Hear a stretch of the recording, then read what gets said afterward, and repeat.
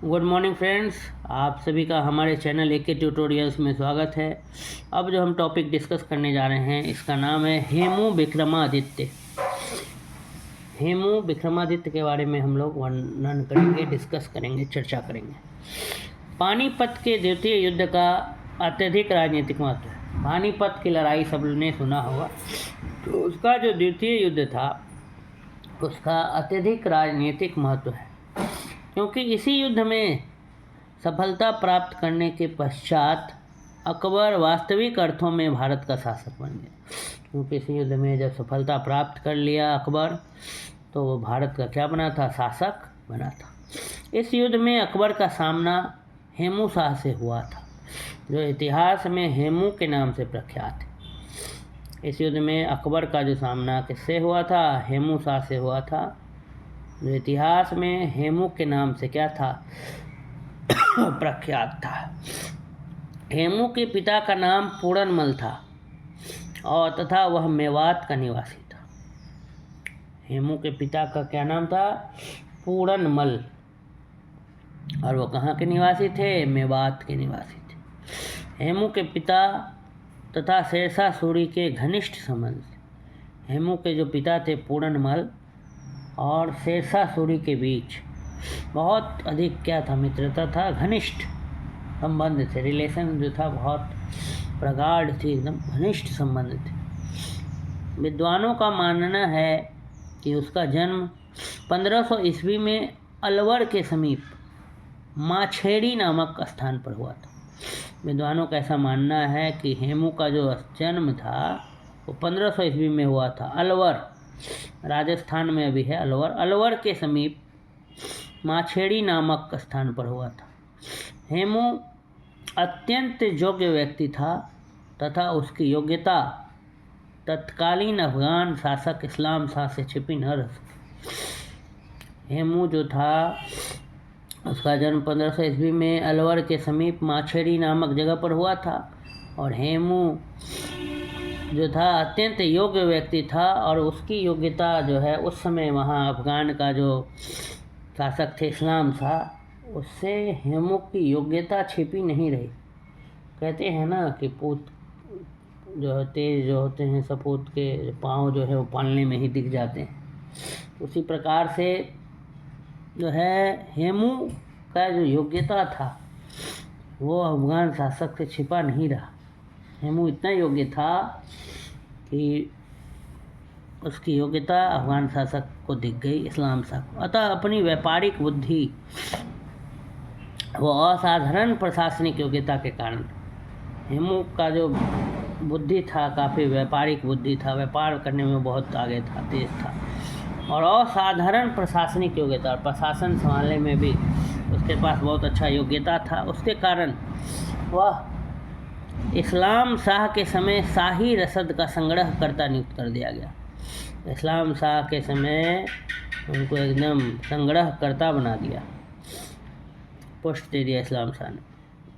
धीरे धीरे अपनी योग्यता के द्वारा वह उन्नति करता गया। धीरे धीरे वह अपनी योग्यता के द्वारा उन्नति करता गया। वह आदिल शाह के समय में प्रधानमंत्री बन गया। आदिल शाह एक विलासी प्रवृत्ति का शासक था, अतः राज्य की वास्तविक शक्ति हेमू के हाथों में आ गई। आदिल शाह जो था वो विलासी, विलास का मतलब होता है जो सिर्फ भोग विलास में क्या करे, मन लगे उसका, आराम करना, एकदम ऐसो आराम की ज़िंदगी बिताना, ये आदिल शाह था। आदिल शाह इस प्रवृत्ति का था। अतः राज्य का वास्तविक शक्ति, इसलिए जो उस राज्य का जो वास्तविक शक्ति था वह हेमू के हाथों में आ गई। दिल्ली पर अधिकार करने के पश्चात, कहने का मतलब यही है कि हेमू ने जो है आदिल शाह को क्या कर दिया? हरा दिया। आदिल शाह को हराया इसलिए क्योंकि आदिल शाह जो था वो अच्छा शासक नहीं था। वो भोग विलास में ज़्यादा विश्वास करता था।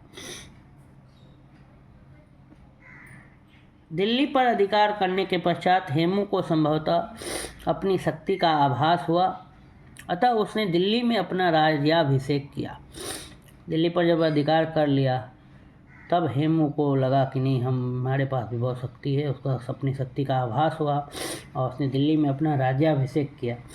दिल्ली में अपना क्या करवाया, राजगद्दी में बैठने से पहले राज्याभिषेक होता है। सिंहासन पर जब बैठाया जाता है, राजा का जब बना जाता है तो राज्याभिषेक करवाया। वह स्वतंत्र राज स्थापित किया। राज्याभिषेक के समय हेमू ने विक्रमादित्य की उपाधि धारण की। तो हेमू को हेमू विक्रमादित्य के नाम से जाना जाने लगा। जब राज सिंहासन पर वो बैठा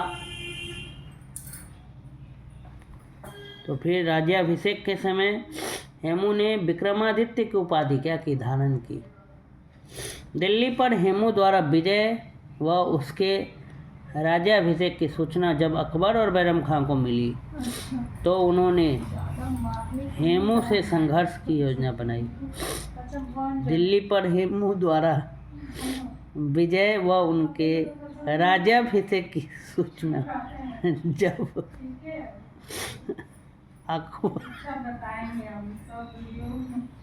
अकबर व बैरम खां से मिला तो उन्होंने हेमू से संघर्ष करने की योजना बनाई। अकबर ने हेमू पर आक्रमण करने का आदेश दिया तथा सेना की दिल्ली के लिए कूच करने की आज्ञा दी। दिल्ली पर हेमू द्वारा विजय व उसके राज्याभिषेक की सूचना जब अकबर और बैरम खां को मिली तो उन्होंने हेमू से संघर्ष करने की क्या बनाई, योजना बनाई। अकबर ने हेमू पर आक्रमण करने का आदेश दिया तथा सेना को दिल्ली के लिए आगे बढ़ने की आज्ञा दी, कुछ करने की। 5 नवंबर 1556 ईस्वी को मुगल व हेमू की सेनाओं के मध्य पानीपत के मैदान में युद्ध हुआ। हेमू की सेना अत्यंत विशाल एवं शक्तिशाली थी तथा इस युद्ध में मुगलों को हार की स्थिति आ गई थी। किंतु यह हेमू का दुर्भाग्य था कि वह ठीक समय जब वह विजय के कगार पर था तो एक तीर उसकी आंख में लगा और वह बेहोश हो गया। इससे उसकी सेना में भगदड़ मच गई और हेमू को बंदी बना लिया गया तथा उसे अकबर के समक्ष प्रस्तुत किया गया। बैरम खान ने अकबर से स्वयं अपने हाथ से उसकी हत्या करने के लिए कहा, किंतु अकबर ने उसकी इच्छा पूर्ति अपनी तलवार हेमू के सिर को झुलाकर गाजी की उपाधि धारण की। तत्पश्चात बैरम खान ने उसकी हत्या कर दी। इस प्रकार वीर हेमू का दुखद अंत हुआ। तो हेमू जो था बहुत शक्तिशाली वीर योद्धा था। तो 5 नवंबर 1556 ईस्वी को मुगल व हेमू सेनाओं के मध्य पानीपत के मैदान में युद्ध हुआ। हेमू की सेना बहुत शक्तिशाली थी। इस युद्ध में मुगल लगभग हार गया था, परंतु जब हेमू एकदम जीत के कगार पर था एकदम, तभी अचानक से एक तीर उसकी आंख में लगा और वह बेहोश हो गया और उसकी सेना में भगदड़ मच गई और हेमू को बंदी बना लिया गया, गिरफ्तार कर लिया गया, पकड़ करके ले गया गया बंदी बनाकर और अकबर के सामने प्रस्तुत किया गया। बैरम खान ने अकबर से कहा कि स्वयं अपने हाथ से आप उसकी क्या करें, हत्या कर दीजिए, लेकिन अकबर ने उसकी इच्छा पूर्ति करने के लिए अपनी तलवार हेमू के सिर को छुलाकर गाजी की उपाधि क्या की, धारण की। इस तरह से बैरम खान ने उसकी हत्या कर दी और इस प्रकार हेमू का क्या हुआ, दुखद अंत हुआ। तो यही हमारा आज का टॉपिक था, हेमू विक्रमादित्य। यहीं पर समाप्त होता है। अगर आपको हमारा वीडियो अच्छा लगा तो हमारे चैनल को ज़रूर लाइक करें, सब्सक्राइब करें। धन्यवाद।